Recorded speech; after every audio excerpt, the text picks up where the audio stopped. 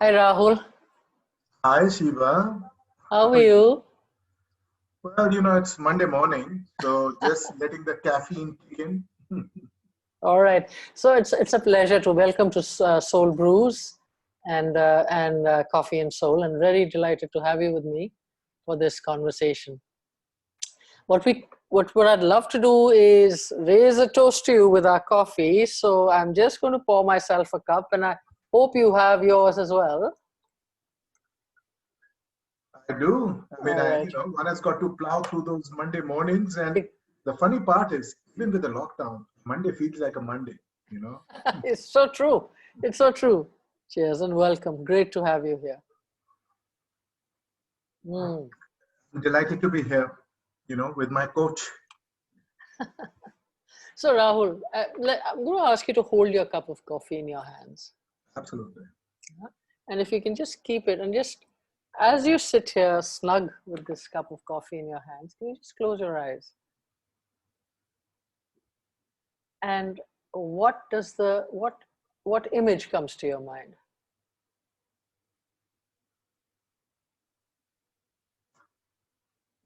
Finally, it's a very peaceful image. Just a little patch, quiet, secluded, hilly, not mountainous, more hilly. Mm-hmm. Uh, you know, it's got the moistness of a thick forest, and the smell of the pine tree. So That's what I. you're getting the smell as well as the moistness. And talk to me a little bit about this, Rahul. What does that mean to you? I'm afraid I'm going to have to give honest answers. I Yes. do get up in the morning and try and put some incense around me because I try to create a meaning in my room. So I've always got one diffuser or something firing. And my default mode is to go to smells like cedar, Mm. juniper, Yeah. pine, lemongrass. So Yeah. you know where I'm coming from. Yeah. And I think my default also is to perhaps move towards fragrances like that when I apply for myself. Mm. Mm. You know, and all the errors that go with it. Right. So those smells mean something. I'm not an out. Actually, oddly enough, I'm not an outdoorsy person. Mm. Mm. So perhaps that little piece of heaven I imagine need not exist anywhere but within. You know, Maybe that's Mm. where I go to. So a little piece of heaven exists within and need not exist anywhere else. What are some of the things that happened in your life that led you to this insight or this feeling, Rahul? The little piece of heaven, I would have to say, is a shared phrase. When my father was commanding a brigade, well, yeah, in Arunachal Tenga Valley, we had this beautiful house, and everything in Tenga Valley is supersized. Butterflies and also the snakes, and orchids grow wild there. But out from a window, we could see to the hill across the river. And in between all of the trees, there was this open green patch. And it was so verdant with its greenery that you could literally lift the dew off 20 miles away, you know. Mm. So Mm. my mother and I would occasionally sort of sit down there when I was visiting them.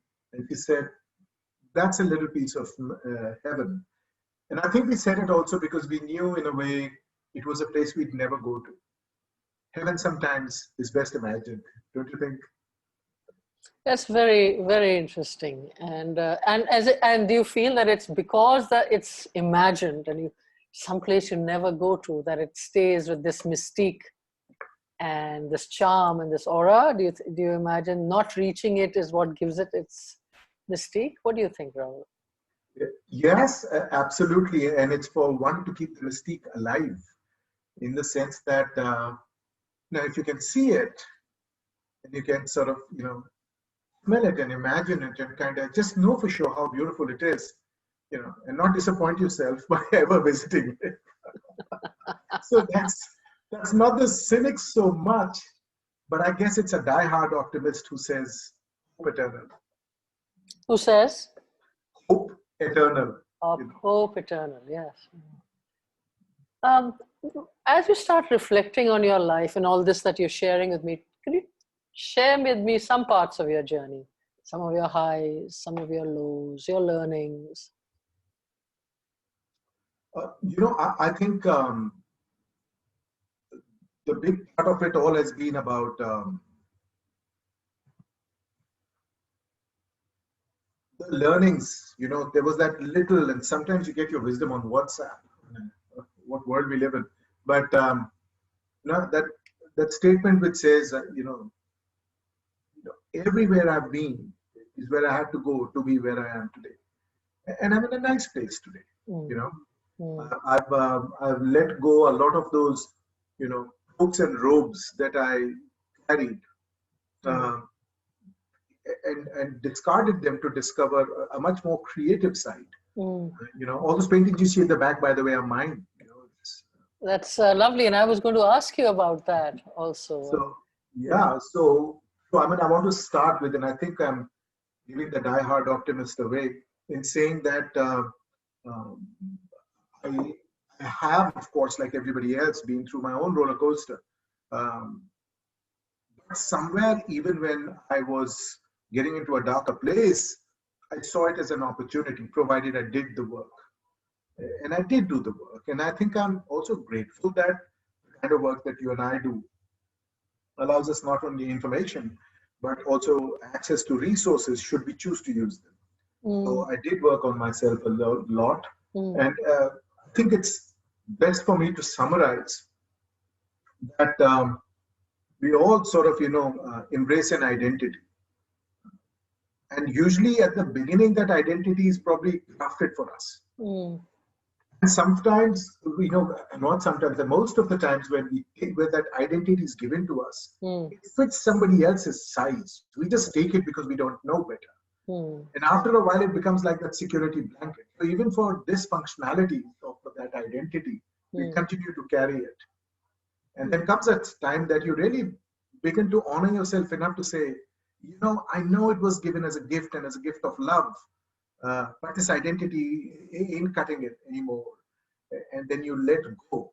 And I think the fear that in between casting that old identity and donning the new one, perhaps the more authentic one, there will be a period of nakedness.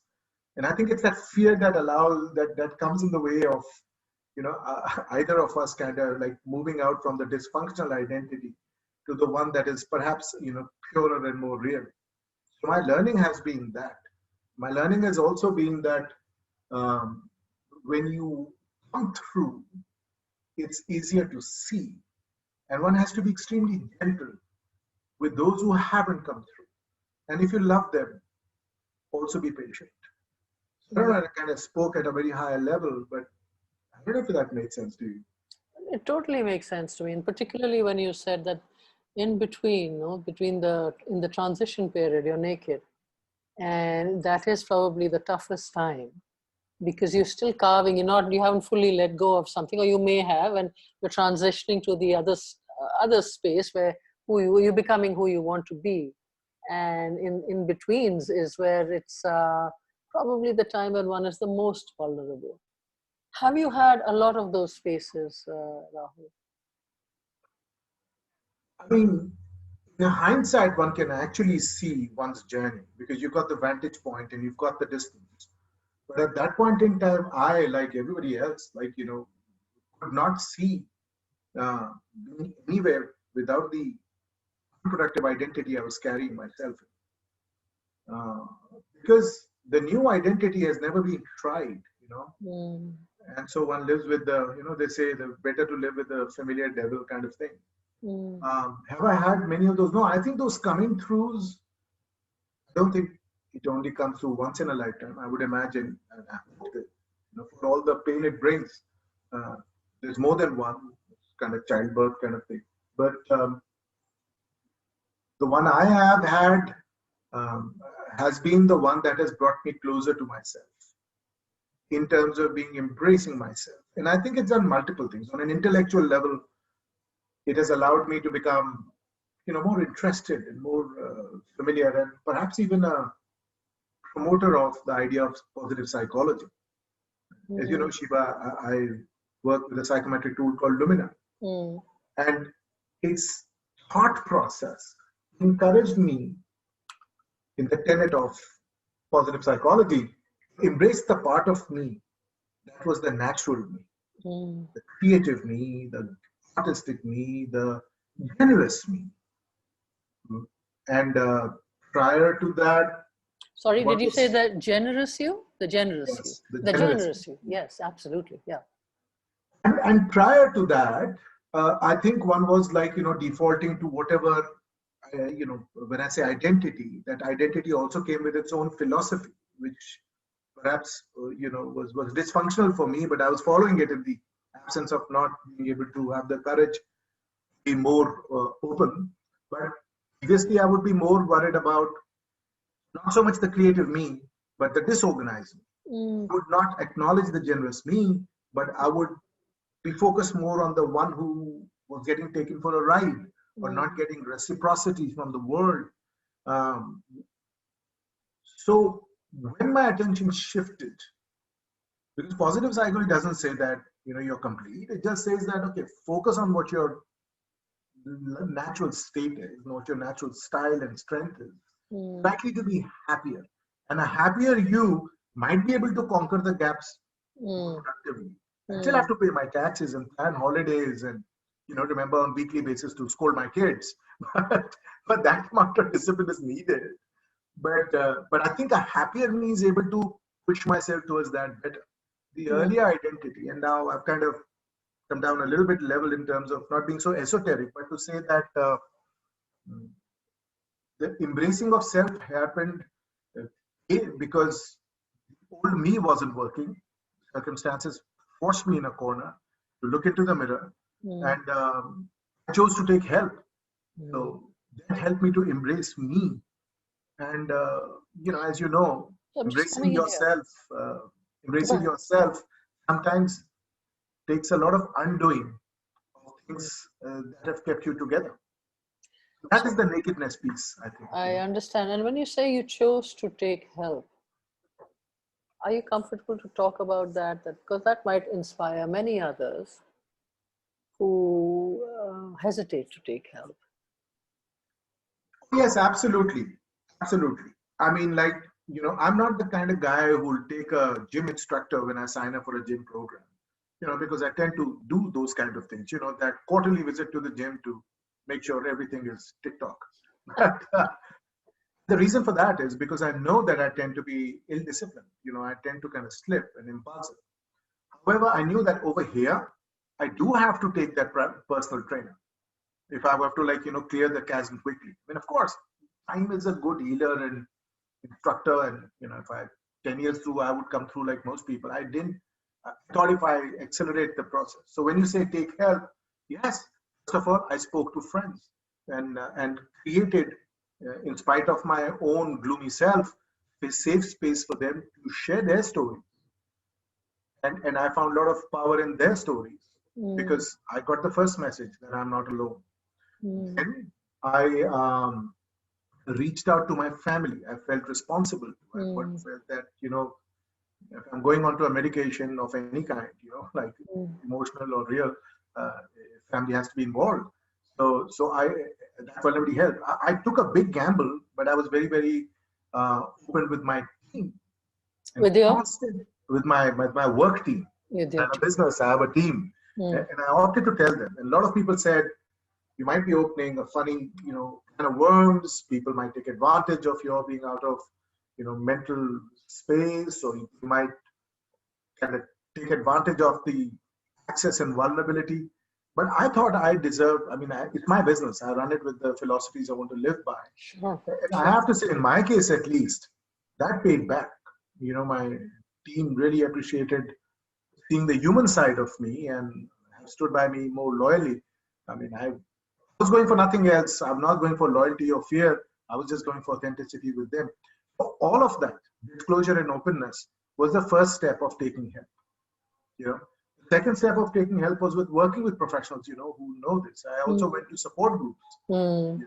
and the big takeaway for me has been, as human beings, we don't want to come across as alone, isolated, or, the only broken one. The moment you find out you're not alone, I think the recovery begins. At least that's what my learning has been.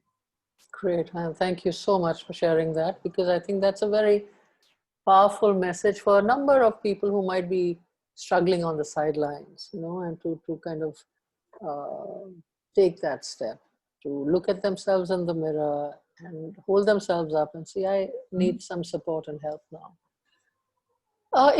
What is your metaphor for life, Rahul? The adage you live by. There could be 2, 3, 5. But what is the most compelling one for you? I think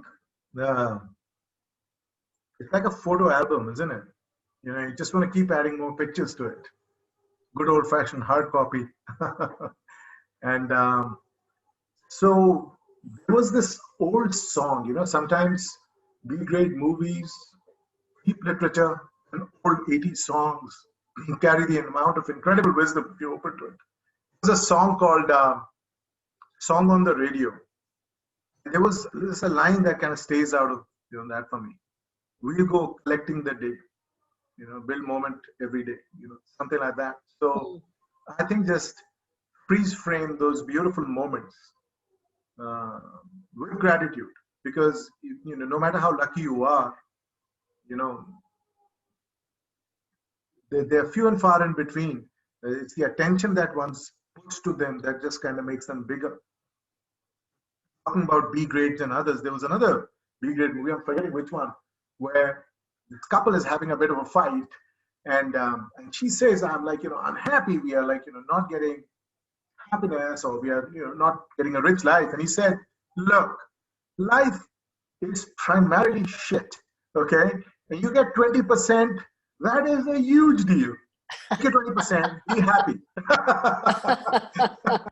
And I thought, yes, 20% is a pretty good return, So was this a Hindi movie, or was it clearly in? I have a feeling it was there was Hugh Grant involved, but then to me, Hugh Grant was involved even in Mahabharata somewhere. So I don't know. Yeah, tell me, if you were to be given a chance to live over your life again, is there anything you would have done differently? And if yes, what would it be? It's almost like I'm allergic to the idea of regret. Yeah. On the emotional side. Yeah. And on the intellectual side, evidence has shown me that regrets don't work. So I don't want to sound like regretful. All of those losses in some way or the other have sort of paid back beautifully. Yeah. And I do have some extreme examples in my life. But let me suffice to say that if I would go back, something simpler that I would do is probably do arts. When I was moving to grade 11, I've not invited support and wasn't particularly organized in my choices. Let's say, for a guy who's always playing sport, and I was representing. You used to play a lot of basketball, isn't it? Yeah, I played for Delhi. I captained Shriram College. Yeah, wow. Yeah. I mean, we had to kind of run through dinosaurs to get to the sport. I mean, it's been a while. But that said, I think I would do that. I think it's a tremendous example, and which is what gives me a lot of passion to try and bring, this thing that we do, the Lumina Business School program, to help people, hopefully make better choices. The truth of the matter is, when the young people make those choices, they're impacting a lifetime. And I would say 30-40% of them cut it right. Well-intentioned parents try to give children guidance to move towards what will secure them. Parents forget sometimes they're looking for two things for their children: security and happiness. They get a little bit caught up in the process, do something that will give you a job, and then after that get married. I mean, but the options were different too. I just went with my friends who were doing engineering and whatever, so I just signed up, and that was the only thing that I'd say that Anything else, I think, will start to move towards, sort of flirting with regret. I would just say that, creatively, I would have liked to have done that. I understand. And what I see is, well, may not have been arts, but I see so many paintings, and you talked about it with so much pride and joy when you said, that's my art at the back, on the wall. So how has this just come up recently again for you? Have you been dabbling with this for a while? And it's prolific. Obviously, there's a lot that you've done there in painting. What brought that on, Rahul? Even as I was a kid, I used to play basketball, your old alma mater, right? But school, I had friends there. So I used to live in Connaught Place. I'd go play basketball in modern school, my rival school. And then I would walk down to Monday House to see whatever show was going on. I was quite the misfit, There's a guy with a sweaty t-shirt and sneakers and looking at art. And I always imagine I'll have a house full of art, right? But amongst the other demons that chased me, the demon of self-criticism always came in the way of me expressing my art. So I did an easier thing. I thought that was like a smart move. I married an artist. As you know, Manisha is a contemporary Indian artist, and together we started to build a collection. It wasn't always charity, which is what a lot of people thought it for. It was an act of passion, because at that time there was no secondary market. People wondered why we buy anything that you could resell. This was before all the auctions and all started to hit India. And we built a rather massive, formidable collection before people even thought about art. So we were the rare young couple without financial pedigree, but just love for it. However, in all of that, the real message was that the parameters of what was seen as higher art was outside of what I like doing. I like to do fantasy art. I like landscapes. And I never used to paint. I wasn't trained. So literally, I would say when people ask me, how's it you suddenly started to paint? It's all within 1 year, suddenly we see this dexterity, this imagery, composition. And then I let them on in the secret that I've been painting in my mind for 40 years now. Yeah. Now it's just pigment on paper. I think that's amazing. Yeah. Yeah. For 40 years, actually, Rahul, when I look at it, for 40 years, you held it back. No? And then you allowed it to flow. I mean, it's amazing. It's amazing. And obviously, it's something so true to you, because for it to stay, all that painting that you've been doing for so long inside you. Yeah, I've been prolific 18 months, Sheba. And the thing is, painting is merely metaphorical to self-embracing. It's not about the art at all. And to say, okay, it's good enough. And I think that got rewarded because two of the people in the art world who I value a lot, one curator, and when she started to post my work on Facebook, and another gallerist who has been a tremendous guide for us to buy art because we really love her sensitivity. Both separately came and told me that they're ready to do a show when I'm ready. And I said, I'm ready now. That's fabulous. So now we have another dimension, and Rahul Baswani, also the artist, right? And we're hopefully going to be seeing a lot more of stuff coming out that we can all see and watch the soul move in action through what you do in your art. I would, for one, would love to come and see that exhibition whenever that happens. Well, it's going to happen in Delhi, so yeah, definitely. Tell me some of the gifts that you received that you feel shaped you. Adversity is also a gift, but I'm just talking about anything that you find. These are some of the things that shaped me as I am today. When I was 4, that was the case with most kids, a lot of kids, not most kids. My parents moved me with my grandparents in a first floor house in Connaught Place, in the middle of Connaught Place. And I perhaps met my first, guide and mentor, my grandmother, extremely wise woman, stoical, intrepid, brought up a family while the husband was a prisoner of war in Singapore in the Japanese camps.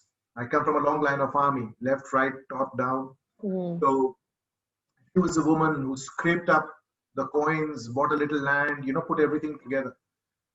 She was my friend, my grandmother, my companion, my teacher.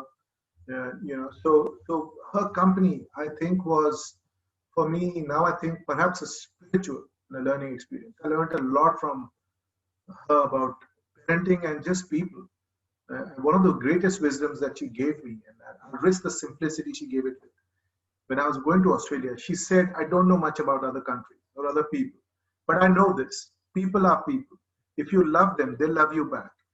If you're harsh to them, they will cry. That's beautiful. That's beautiful. Yeah, simple language. So Yeah. she also taught me that keep planting the seed when you're talking to the ones that you love, especially your children, and be detached with when the tree will grow. Because a lot of things she taught me then only made sense when the time came. Mm. Mm. So the seed Literally. sprouted at the right time. Mm. Yeah. And that's helped me to be patient with my kid. I mean, positive psychology, besides allowing me to embrace myself more authentically, has also contributed greatly to my parenting. Mm.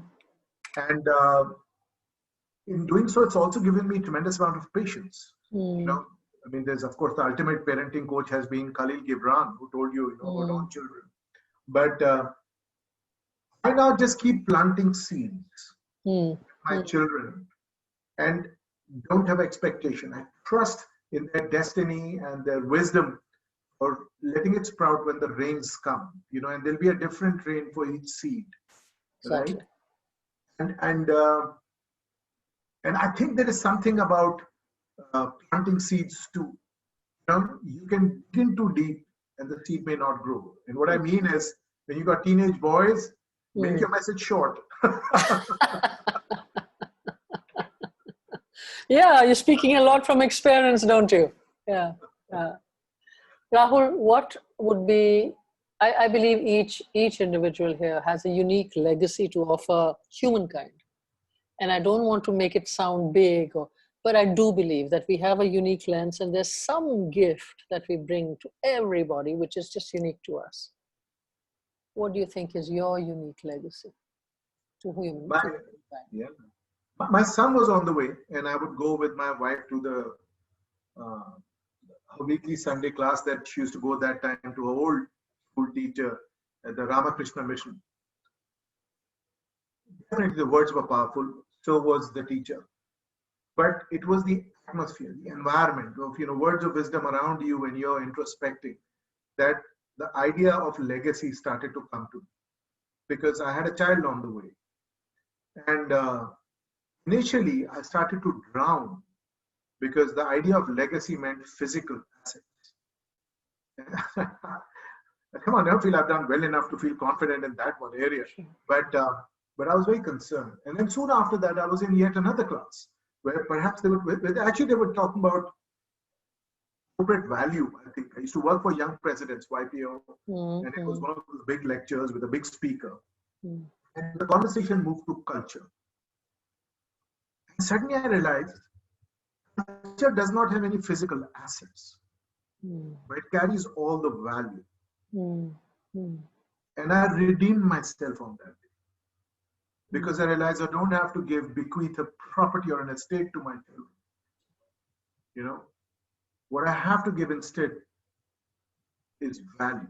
So my legacy I'd like to give to my children, and sort of other than my credit card debts, of course, would be the values of. You can't help that.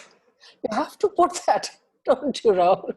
Okay, all right. Well, no free lunches for them. It would have to be optimism and a sense of humor. Yeah. And for them to understand the secret of the one universal currency. And, long before me, being an advocate, the man who walked on water said it. It's love. Exactly. And so I think they get that right, that should be plenty. So I think the sense of humor is definitely working. So you would say it would be love, isn't it? Yes, and I have to say that I understood that optimism, humor, love, those are the things that would become my legacy to my children. And well, honestly, I was also so relieved because there's no way I was going to be able to put together that financial estate. But I also have over time learned that to those things, there's no end, Shiva. Yeah, it's true. Working in YPO, I just thought, there was just no end to those things. Mm. So, so in a way, I'm glad I learned my lessons when I did. Thank you so much for sharing that with me. And it's very, very powerful what you just said. And to make a statement about it, and to publicly proclaim that, I think that's very courageous in the times that we live in, where words such as love and saying that out, shouting that out, actually, to say it's really, really important. More power to you, Rahul. I hope this continues, and I hope it influences many others to say the same and to bring that to be, because isn't that what we all need more than anything right now? Yeah. Thank you, So, Sheba. yeah. And if I was to ask you, conversations such as these, reflective conversations, what value does it add to you? That's the only conversation of value. My insight, in spite of my external, expression, is that of an introvert. Mm.